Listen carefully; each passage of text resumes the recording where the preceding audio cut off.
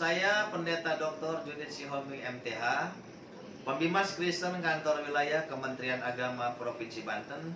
Pada kesempatan ini mengucapkan selamat dan sukses kepada Pendeta Dr. Joni W.W. MMMTH, Ketua Umum Majelis Pusat Gereja Pentakosta di Indonesia, yang ditunjuk menjadi penasehat Gereja Foursquare sedunia. Tuhan memberkati. Shalom, saya Pembimas Kristen Kantor Wilayah Kementerian Agama Provinsi Banten, Pendeta Dr. Junit Sihombing MTH. Pada kesempatan ini mengucapkan selamat Natal 25 Desember tahun 2022 dan selamat tahun baru 1 Januari 2023 kepada seluruh umat Kristen yang ada di Banten dan seluruh gereja-gereja yang ada di Banten, khususnya kepada Majelis Daerah GPDI Banten. Tuhan memberkati kita sekalian. Shalom. Haleluya, puji Tuhan. Saudara, pada kesempatan ini saya sedang berada di kantor Kementerian Agama Provinsi Banten, dan pada kesempatan ini saya sengaja berkunjung ke kantor ini karena saya ingin menjumpai seorang tokoh pemerintahan, yaitu Bapak Dr. Junit Sihombing.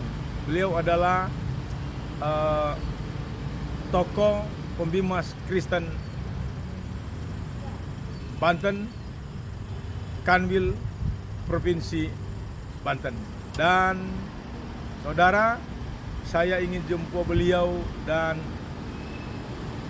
ingin bincang-bincang seputar apa saja yang menjadi tugas dan tanggung jawab beliau sebagai tokoh pemerintahan di bidang keagamaan.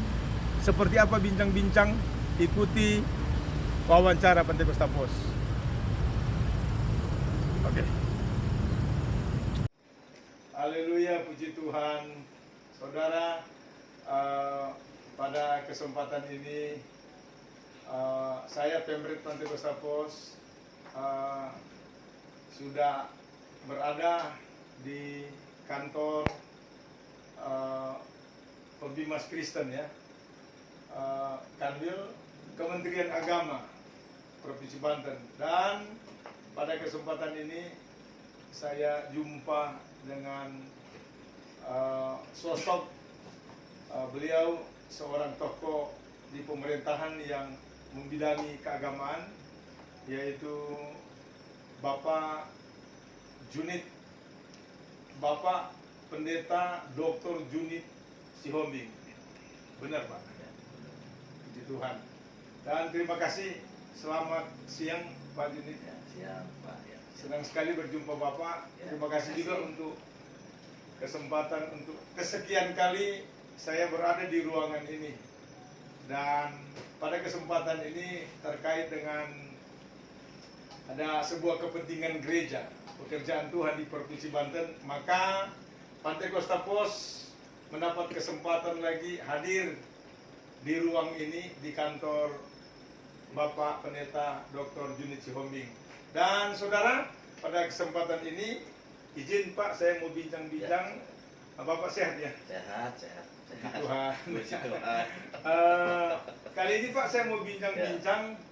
Barangkali saya ingin tanya seputar pertama tupoksi Bapak sebagai Pembimas Kristen di Provinsi Banten ini.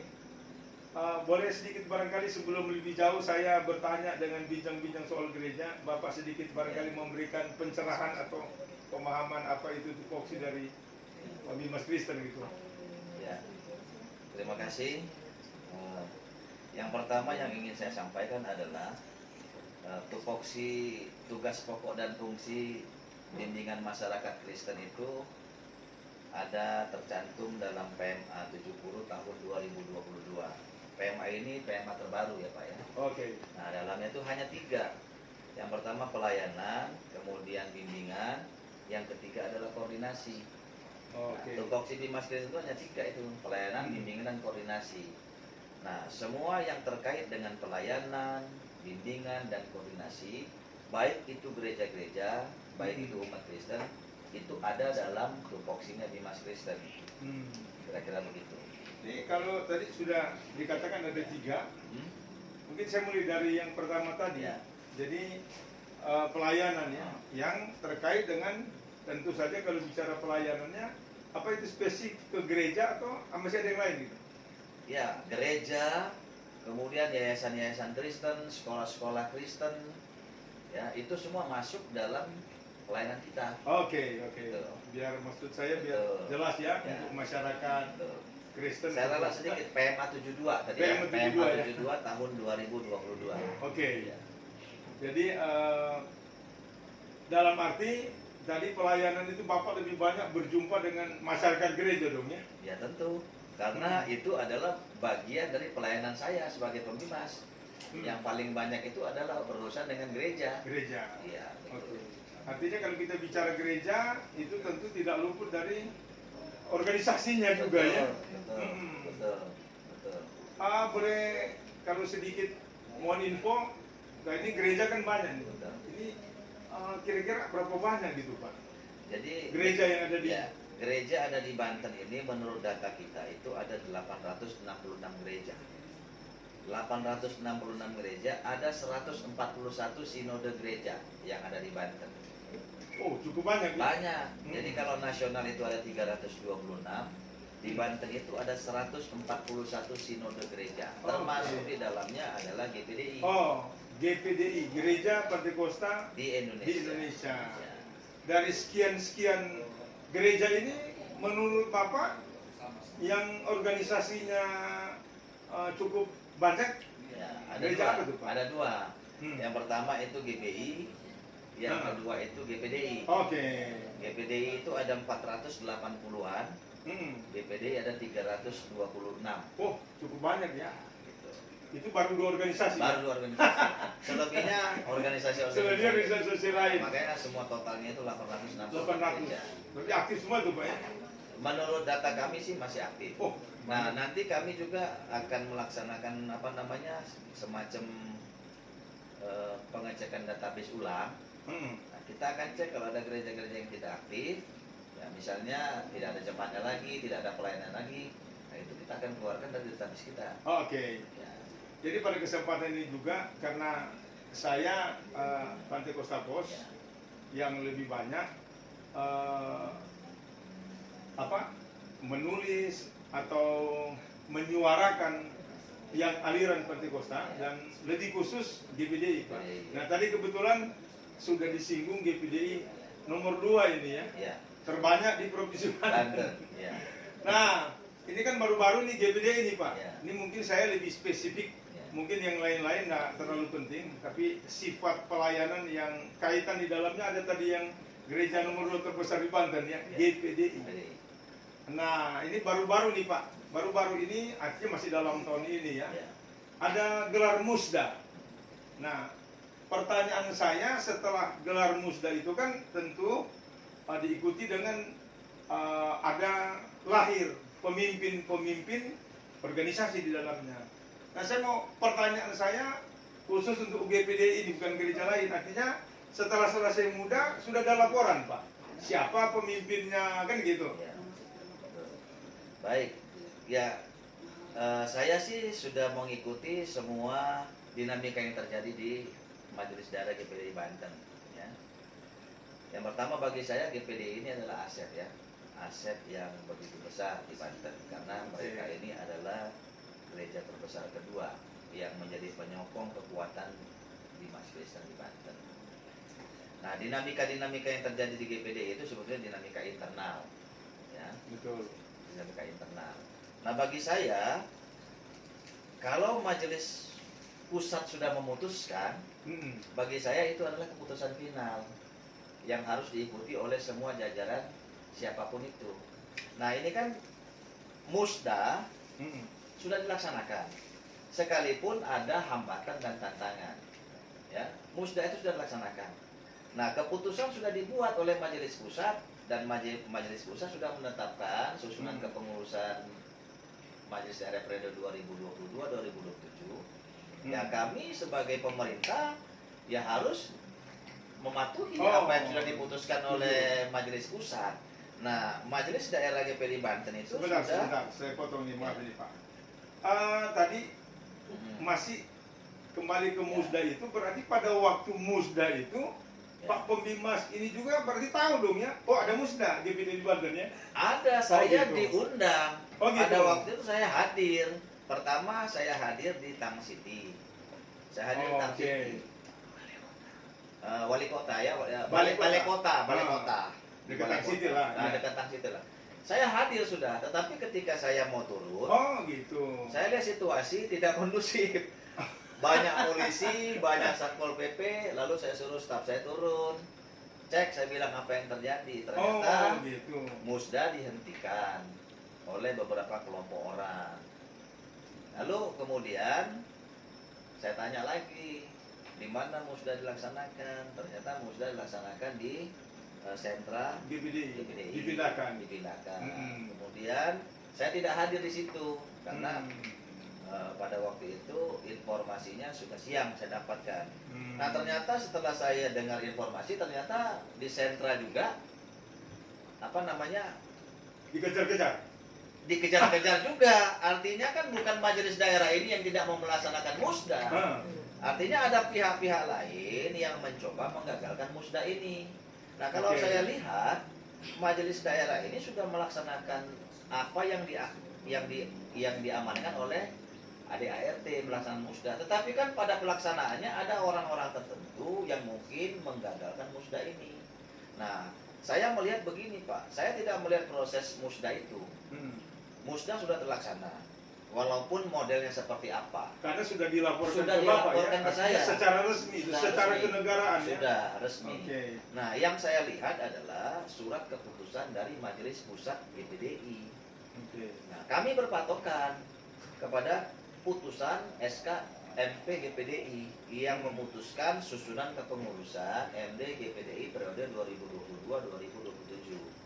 Surat ini sudah saya terima. Oh, Nah, kemudian kami koordinasikan juga bahwa MP ini kan masih MP yang resmi, MP yang diakui di tingkat pusat. Oh, jadi Bapak sudah cek juga itu ya? Sudah, artinya tidak ada masalah MP-nya di pusat. Artinya kan MP ini kan nggak beda jauh ya. Tidak ada masalah. Pemimpin yang belum lama terpilih secara demokrasi di Iya. Majelis Dan Pusat. tidak ada juga arahan dari pusat bahwa Betul. saya harus bagaimana. MP ini adalah MP yang resmi, MP yang masih diakui di tingkat nasional. Setuju Pak, betul. Nah, berdasarkan begitu arahan Hmm. begitu, saya juga ikutin arahan dari pusat.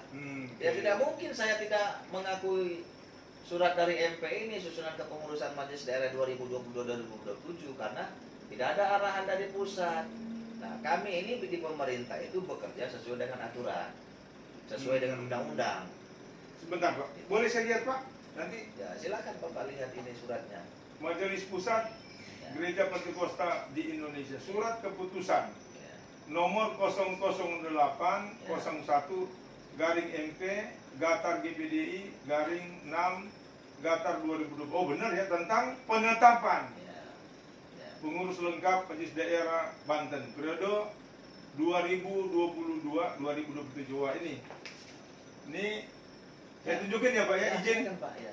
Wah, ini resmi ternyata.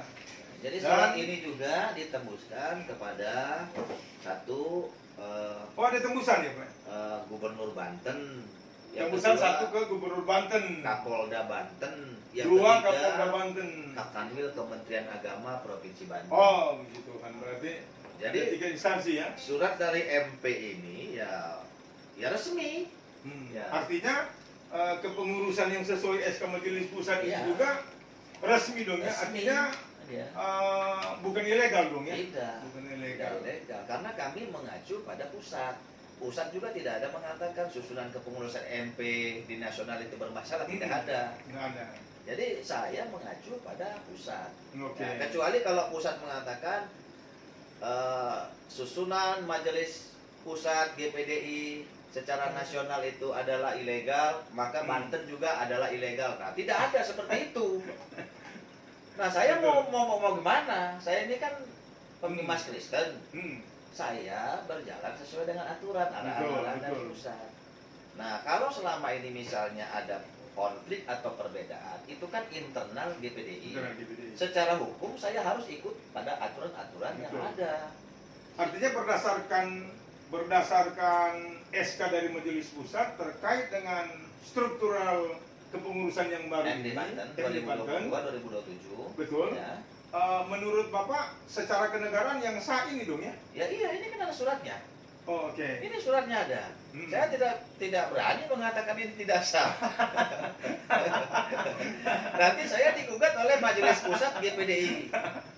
Ya. Jadi khusus untuk warga GPDI di Provinsi Banten, lebih khusus lagi buat pemimpin-pemimpinnya, gembala-gembala sidang. Artinya saya hanya ingin memberikan penegasan karena saya sedang bersama dengan Bapak Pembimbas Kristen yang tentu membawahi gereja-gereja Kristen yang ada di Provinsi Banten, secara khusus lagi GPDI. Jadi tadi sudah dijelaskan bahwa tidak mungkin ada SK Majelis Pusat gitu Pak ya, lantas tidak diakui secara kenegaraan. Jadi menurut Pak Pembimbas bahwa yang diakui secara kenegaraan artinya yang SK Majelis Pusat, kepemimpinan yang dibawa kepemimpinan Pendeta Charles Tumbal.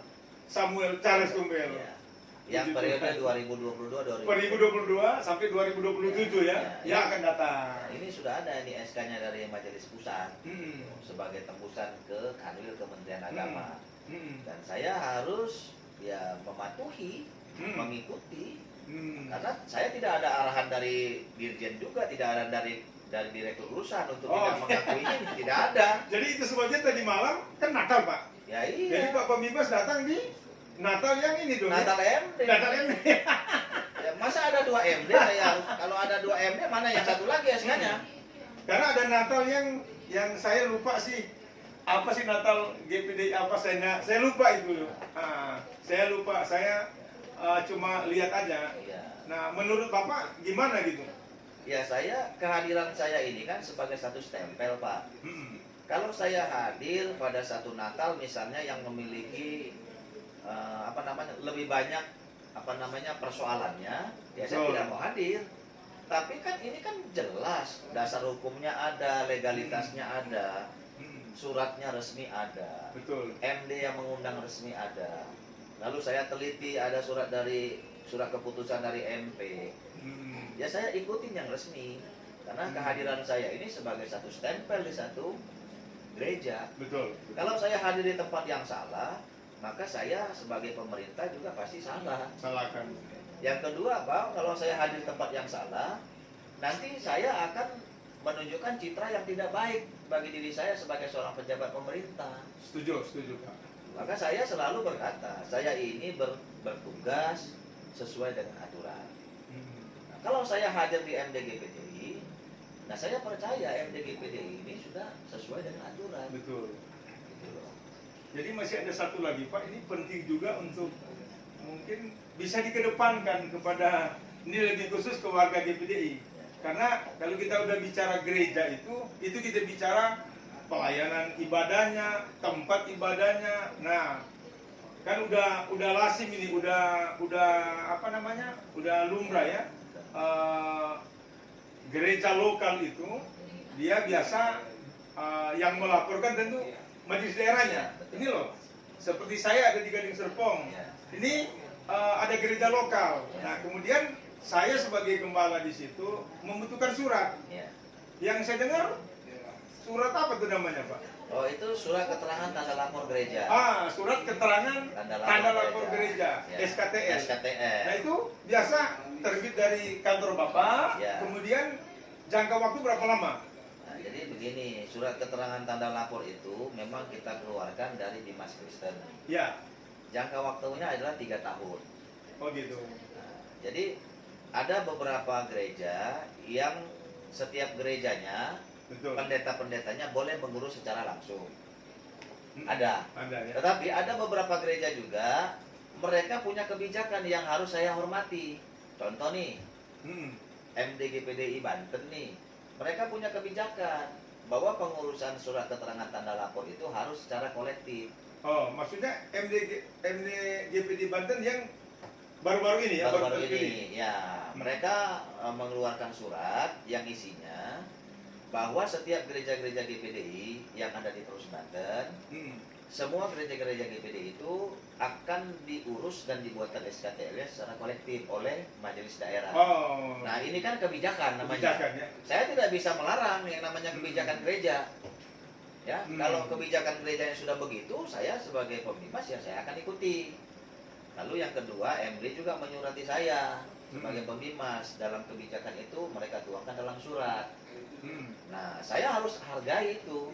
Jadi sekarang MD punya kebijakan setiap gereja-gereja GPDI yang mau melaporkan ke Bimas Kristen, mereka harus dikoordinasikan dengan MD secara kolektif.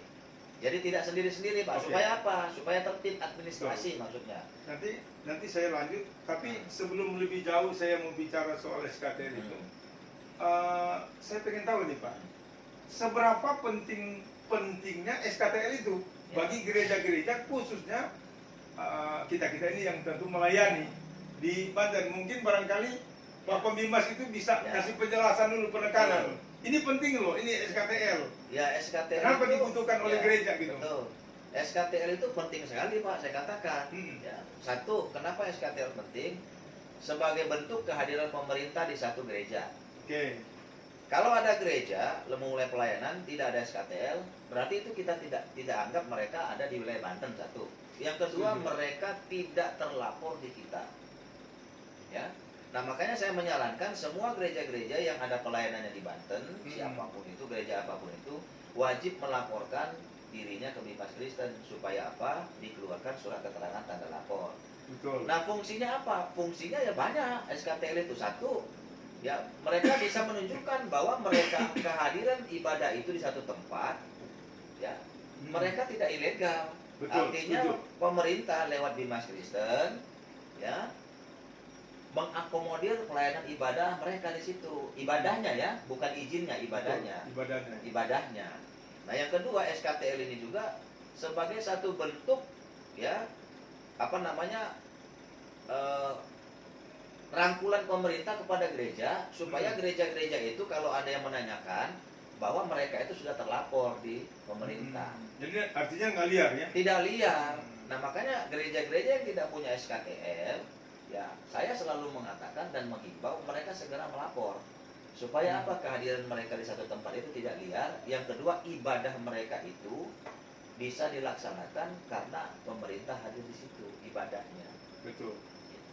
Jadi itu penjelasan saudara dari Pak Pembimas. Jadi sekali lagi ini saya mengulang ya. Jadi saya menekankan khusus warga hamba Tuhan atau gembala GPDI. Jadi SKTL itu penting sekali ya Pak ya. Jadi bagi yang belum punya harus segera. Tapi terkait dengan organisasi Majelis Daerah GPDI Banten ada kebijakan. Nah, boleh disampaikan Pak?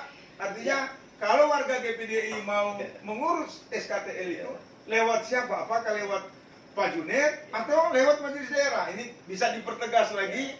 Ini saya kebetulan jumpa agar warga GPDI atau hamba-hamba Tuhan, gembala-gembala GPDI di Banten paling tidak tahu gitu.